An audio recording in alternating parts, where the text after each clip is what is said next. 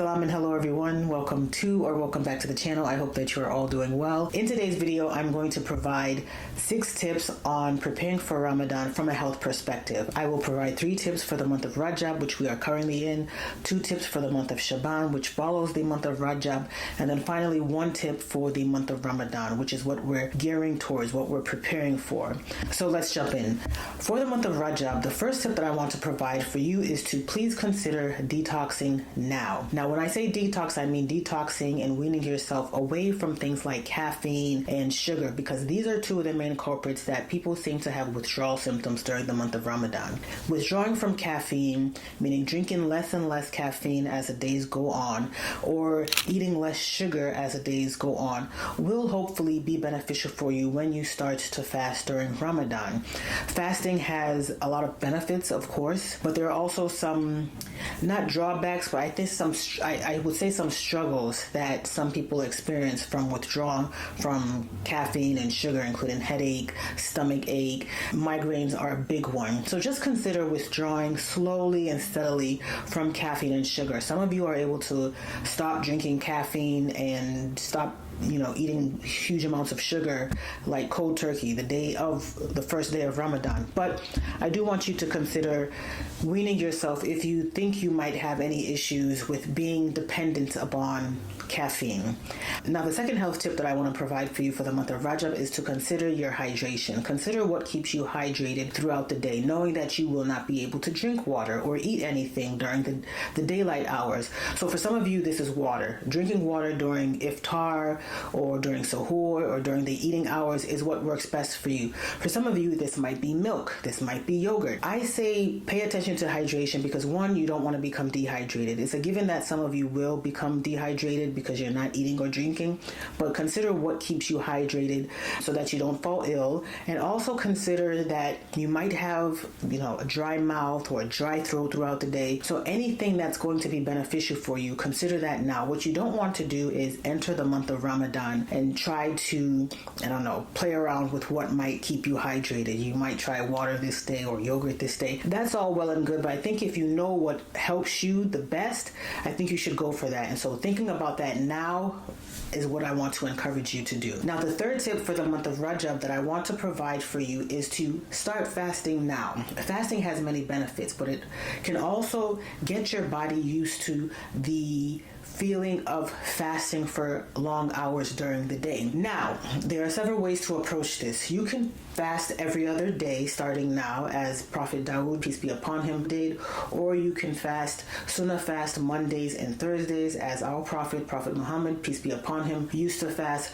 I would just say take into consideration how many days you want to try and fast leading up to the month of Ramadan. There are great rewards in these additional fasts outside of the month of Ramadan, and I think it could be a very good benefit for your body leading up to Ramadan. Now, for the month of Shaban, I want to provide 2 tips. First is for women who experience menstrual irregularities. I want you to consider that during the month of Ramadan, you might also experience these irregularities and ways in which you can approach doing other activities that will allow you to still worship in a very productive way. So that might be volunteering your time, that might be doing additional adhkar, that might be reading books of knowledge.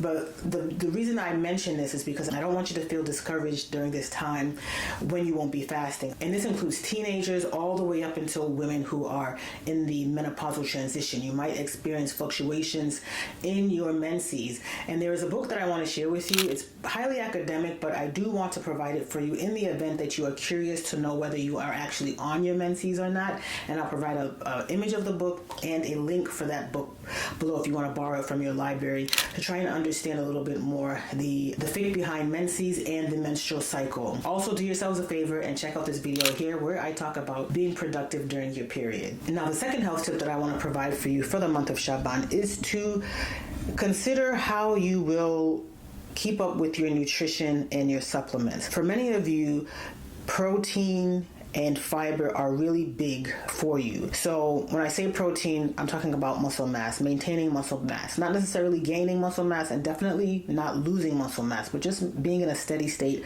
of the muscle mass you already have. So I would consider looking into things that might allow you to maintain that muscle over the month of Ramadan and in general. Creatine is a big one. I will talk about this on my channel a little bit later, but for now I'll leave a link below that talks about the benefits of creatine. And also fiber. Now fiber is another one. I know a lot of people experience dehydration and constipation, so you do want to be mindful of how much fiber you're eating so that you can have regular bowel movements during the month of Ramadan and that you're not in a state where you're constantly constipated from not drinking or eating enough throughout the day. There are other things that some of you might have to consider, including your vitamin D, your probiotics or your prebiotics. So do yourselves a favor and research now, what do you think you will need to supplement with during the month of Ramadan? And now for the month of Ramadan, the one tip that I have for the month of Ramadan is to please wake up and eat your suhoor. Suhoor is a very important part of your experience. There are blessings in waking up for suhoor. It also provides you with fuel and energy to get you going throughout your day. Many of you are working, you have a lot of responsibilities on your plate. Some of you might be students or business owners, or you're doing a lot. So it's important for you to make sure you get that morning meal in to sustain you throughout the day. When you make the intention to wake up for suhoor, you might also have an opportunity to pray tahajjud. So I want you to please put that in mind, that you will be diligent in waking up, whether you're praying earlier or later, but you're going to make sure you're eating suhoor. And what you eat is up to you, but I do want you to consider when you eat the suhoor, eat things that are packed with protein and fiber and that will keep you hydrated throughout the day. I have a playlist of Ramadan videos that I want to encourage you to take a look at.